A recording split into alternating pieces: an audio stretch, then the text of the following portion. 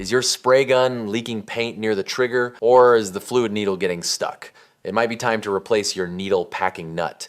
Let's walk through the process step by step. First, use the screwdriver to counterclockwise unscrew the lower trigger pin screw. Next, counterclockwise unscrew and remove the fluid adjusting knob and the spring. Carefully grasp the tail of the fluid needle and pull it straight out from the rear. Now, remove the lower trigger pin from the opposite side. Unscrew the upper trigger pin screw, then take off the upper trigger pin, trigger, and the gasket. Place them aside carefully. Insert your screwdriver into the front chamber and counterclockwise unscrew the old, worn-out needle packing nut.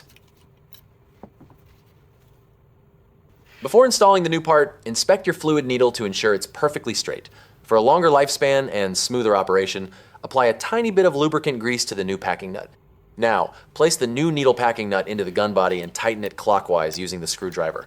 Make sure it's snug, but do not over-tighten. Position the gasket and the trigger back onto the gun. Reinsert the upper pin to hold the trigger in place.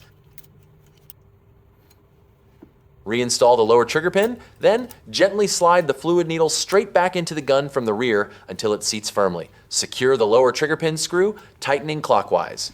Finally, place the spring over the needle tail and thread the fluid adjusting knob back on, turning it clockwise. Pull the trigger a few times to test the responsiveness. If it snaps back smoothly, you are all set for a flawless, leak-free performance. Thanks for watching, and happy spraying.